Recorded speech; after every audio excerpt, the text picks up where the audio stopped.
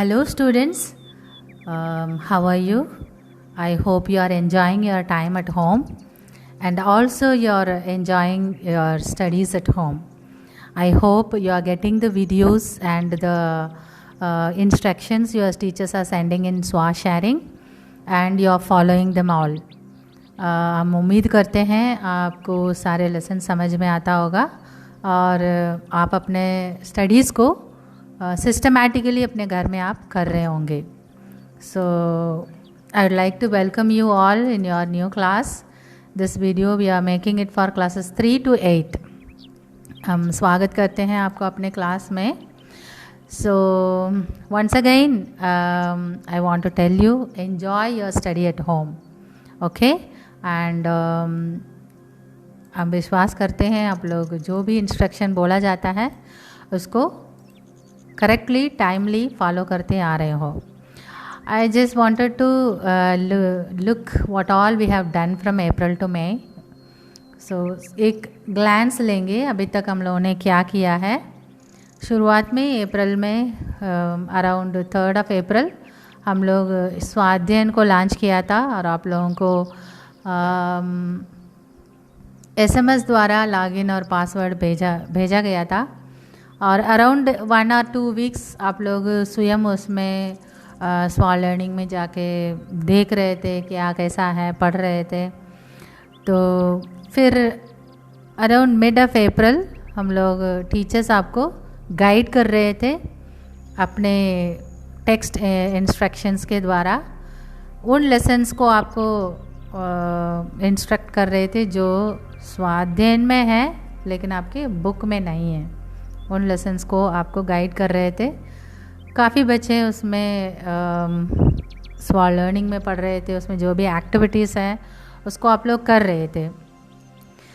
फिर 25th मई तक ये चला था. इसके बाद हम लोग 25th मई तक काफ़ी ज़्यादा बच्चों ने बुक पहुंचा था आपके घर तक. सो 25th मई से हम लोग बुक से पढ़ाई शुरू किया है. सो उसमें हम बताएंगे एक बात. जो लेसन्स आपके बुक में है उसको 3 भाग में किया गया. So we were sitting and discussing and we were making it into 3 categories. क्यों?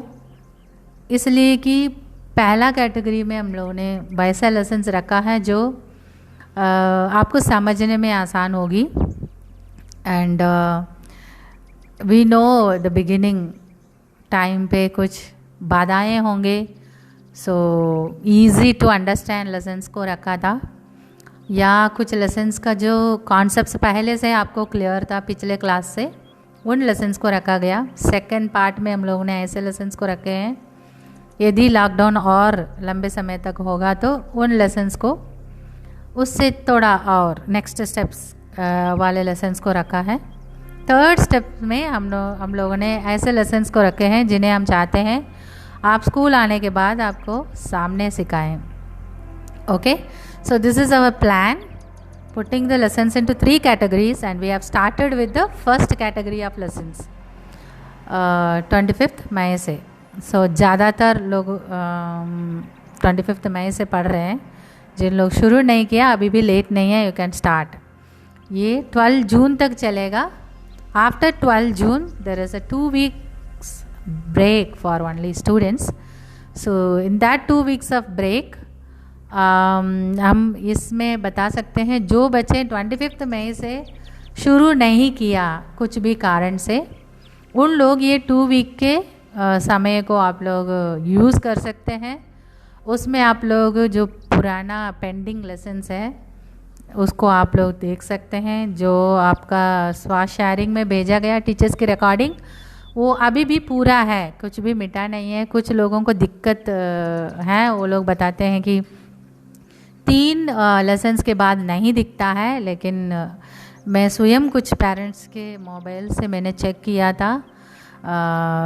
वो पीछे तक मुझे तो काफ़ी पीछे तक इवन 25th मई के पीछे के लेसन्स भी मुझे दिख रहे थे.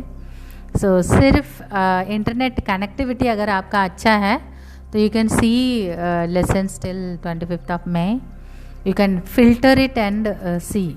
I have already told you how to use स्वा शेयरिंग, वहाँ पर हमने साफ साफ बताया है उस वीडियो में। तो you can see back dated lessons also. ये जो 2 हफ्ते का छुट्टी है उसमें जो बच्चे 25 मई से अभी तक का लेसन्स में पेंडिंग है वो उन समय पे आप उसको कर लें, और 29 जून में जब हम लोग will come back from your summer vacation, उस टाइम पे आप दूसरे बच्चों के साथ आप भी सारा लेसन्स पूरा किए होंगे, ताकि आप लोगों को आगे पेंडिंग ना हो करके बाकी सभी बच्चों के साथ आप आगे बढ़ सकते हैं। ओके, सो नेक्स्ट हम एक बात बताएंगे, एक बहुत ही सिंपल स्टेप है but it is very very important. जो आप टीचर्स आपको बताते हैं वीडियो रिकॉर्डिंग के द्वारा, उसको आप सुनने से पहले it will be very useful that if you read the lesson, right. वो पोर्शन जो टीचर पढ़ाने जा रहे हैं उसको आप 1 बार 2 बार पढ़ लेंगे, आप टीचर की वीडियो सुनने से पहले पढ़ लेंगे, it will be a great help. Okay, so I repeat, आप बुक को पढ़ लेना फिर टीचर का लेसन को सुनना। ओके, पहले से आपको एक छोटा सा आइडिया होगा, हाँ ये चीज़ हम पढ़ने जा रहे हैं। और जो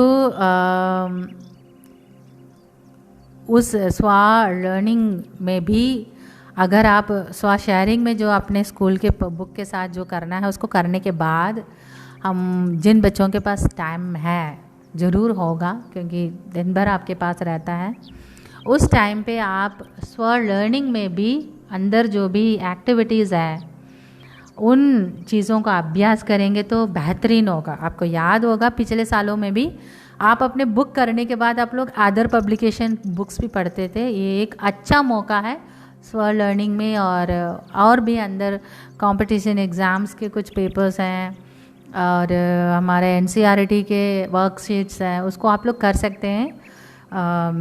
it will be a great help. कई बाधाएं था, अभी भी कुछ बाधाएं हैं, कई लोगों को एसएमएस मिलने में बाधाएं थी, और स्वाध्यायन को खोलने में कुछ लोग दिक्कत हो रहा था, स्कूल का वेबसाइट में बीच बीच में दिक्कतें आ रही थी,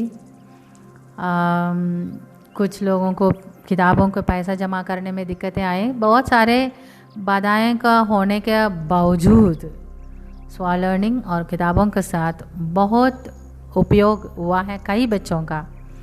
लेकिन सवाल ये है क्या आप भी उन एक बच्चों में हैं कि जिसका पूरा उपयोग आपने किया हो।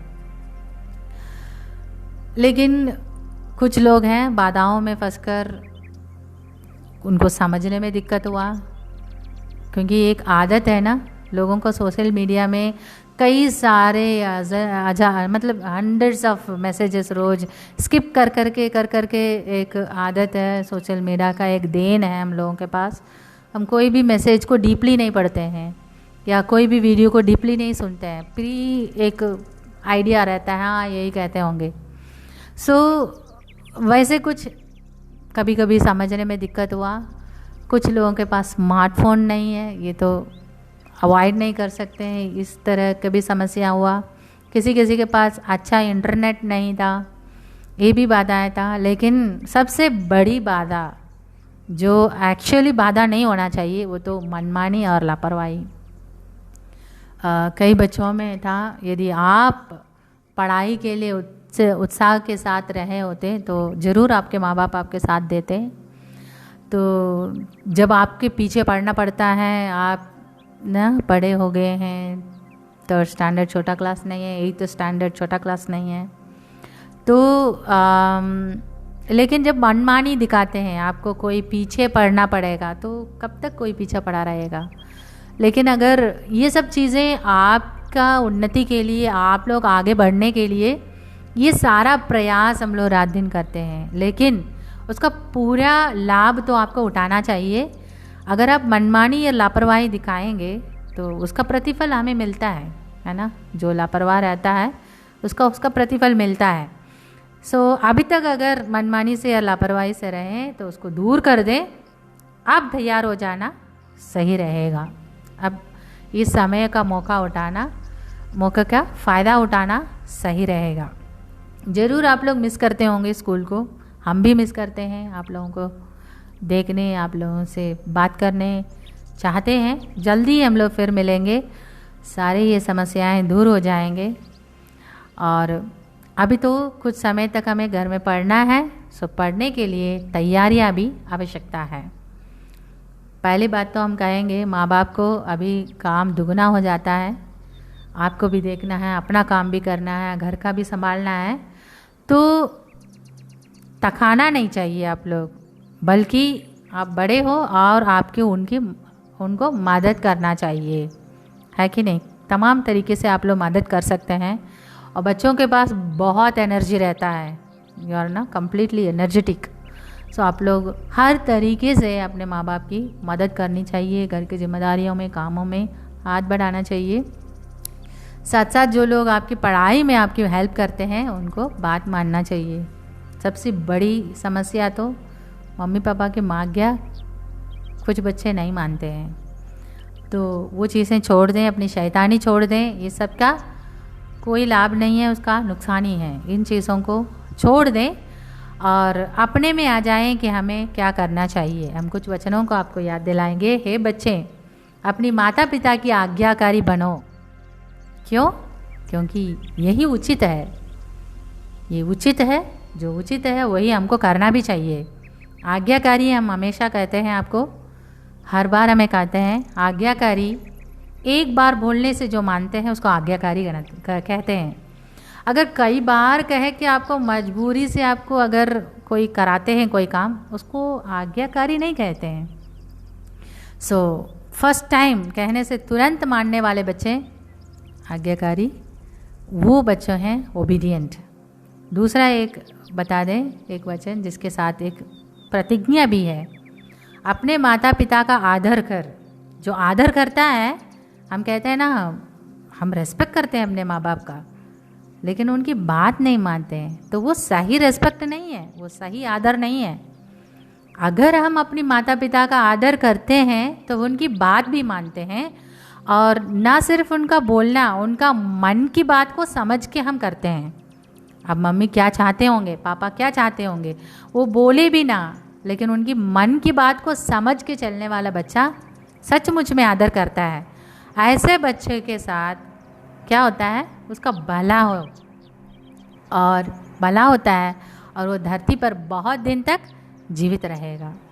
तो ये सब आशीषें आपको ज़रूर होना चाहिए, मिलेगा, लेकिन आपको अपने मम्मी पापा का आदर करना चाहिए।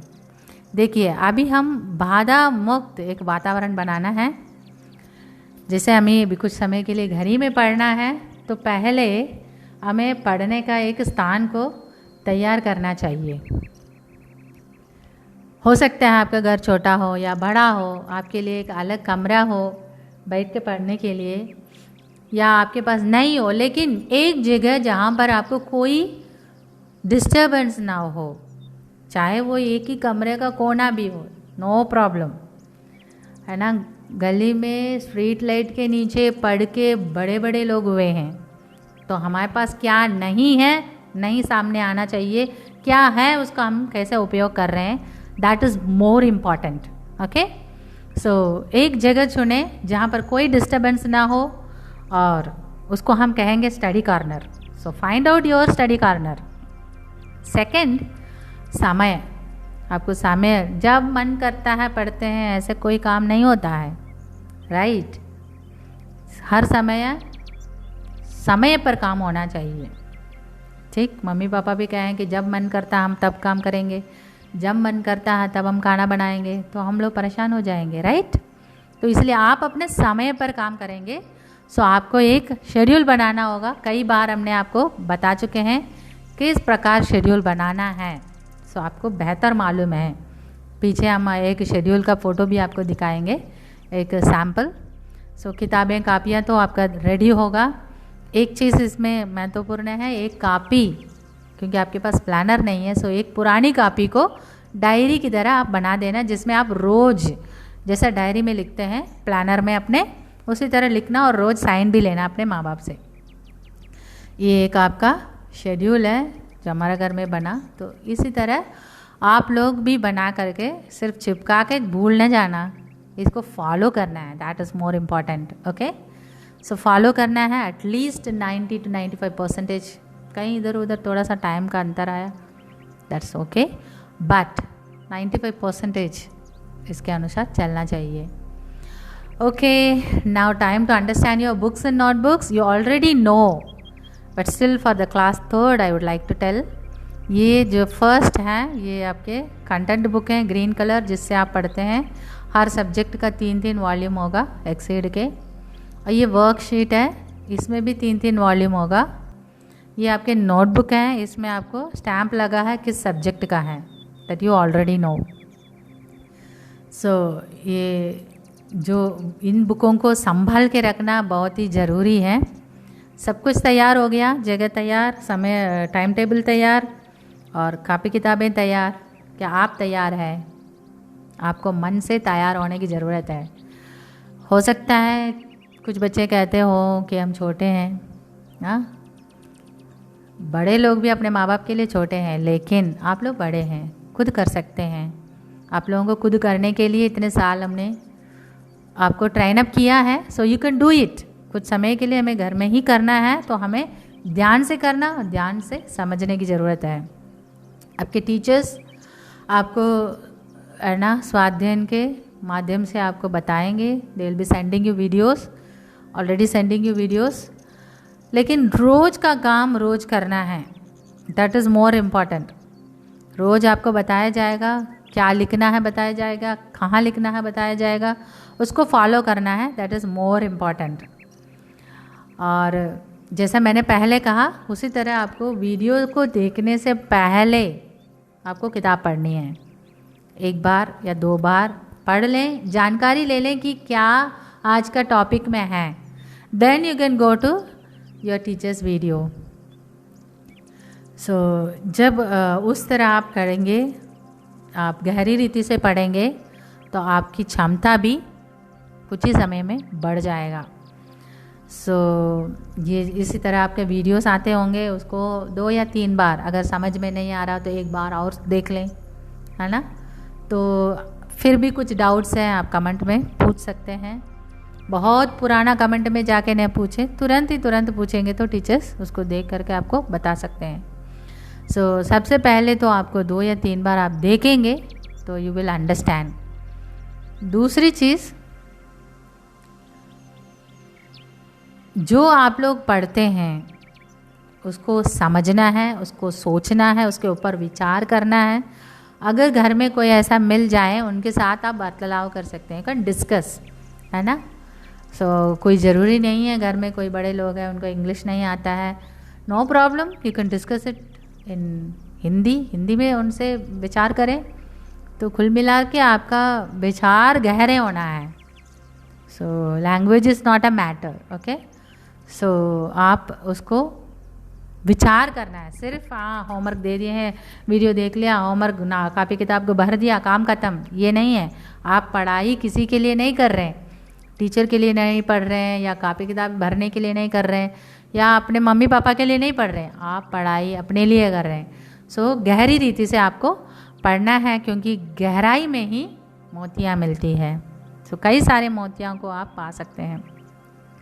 आपको याद दिला दें, आपको वर्कबुक भी खुद ही लिखना है, क्योंकि स्कूल में आफ्टर टीचर्स टीचिंग आप वर्कबुक लिखते थे। वर्कबुक भी आपको लिखना है और कापियों में भी होमवर्क करनी है। सो दोनों आप करेंगे, अपने शब्दों में लिखें, स्वयं लिखें, बेस्ट आंसर्स लिखें, दूसरों की मदद होमवर्क करने में ना लें, आप स्वयं कर सकते हैं। सो ऐसे ही निपटाते जाएंगे तो हम श्रेष्ठता को नहीं पा पाएंगे। ओके,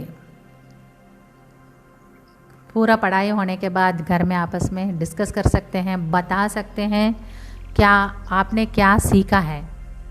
ओके, अगर भाई बहन हो तो उनसे आप सुन सकते हैं, आप उनको बता सकते हैं। सो इसमें से जब हम दूसरों को बताते हैं, दूसरों को सिखाते हैं, उससे हमें तमाम जानकारी मिल जाती है। ओके, सो छोटे भाई बहन हैं तो उनको आप सिखा सकते हैं। Okay, so just your understanding, ये 3 प्रकार के लिखने का काम आपको मिल सकते हैं ना। एज यू नो, आपके वर्कशीट जब भी टीचिंग लेसन होता है, टीचर्स आपको बोलेंगे S1 इस लेसन का S1 कर दो, S2 कर दो, तो उसको आपको लिखना है ध्यान से। ये हार्ड्स क्वेश्चन है लास्ट वाला। अगर आपने लेसन को सही रीति से समझा नहीं है तो ये आप नहीं लिख पाएंगे, तो इसलिए आपको ध्यान से सुनना है। और प्रैक्टिस क्वेश्चंस, एक एक लेसन होने के बाद टीचर्स आपको कहते हैं प्रैक्टिस क्वेश्चन में 1 2 3 करें या जो भी करें, तो उसको आपको नोटबुक में लिखना है इनको। सो आपके नोटबुक तो आपको मालूम है, आप फेयर नोटबुक में ही लिख रहे हैं। सो एक नोटबुक में ही लिखें, दूसरा नोटबुक को फ्रेश रखें। आप सारा आपको मालूम हो गया, समझ गए हैं। अभिभावकों के लिए हम कुछ बातें बताएंगे। बच्चों को सही स्थान पर, एक निश्चित स्थान पर बैठ के पढ़ने के लिए उनको मदद करें। समय को पालन करने के लिए उनको याद दिलाएं। शुरुआत में थोड़ा सा उनको पीछे पढ़ना है, फिर बच्चे जब अपने में जिम्मेदार हो जाते हैं, स्वयं करने लगते हैं, तो ये समय ऐसा है तो आप लोगों के ऊपर थोड़ा सा बोझ है, लेकिन हम विश्वास करते हैं इन बुरे चीज़ों से भी भलाई निकल के आएगी और हमारे बच्चे और स्वयं अपने में आत्मनिर्भर होकर के पढ़ेंगे और आगे बढ़ेंगे। और कुछ चीज़ों में, छोटे बच्चों में कुछ जो जहाँ पर है हेल्प करना चाहिए वहाँ पर हेल्प करें। और सबसे ज़्यादा उनका जो डायरी जो मैंने मेंटेन करने के लिए मैंने कहा, रोज़ उसमें साइन करें ताकि इन लोगों के पास आदत बनाए रहें कि हमें रोज़ करना है। धन्यवाद, आपने ध्यान से सुना है। इन बातों को पालन करें और हमारे बच्चे आगे बढ़ते रहें। परमेश्वर उन सबको आशीष करें। धन्यवाद।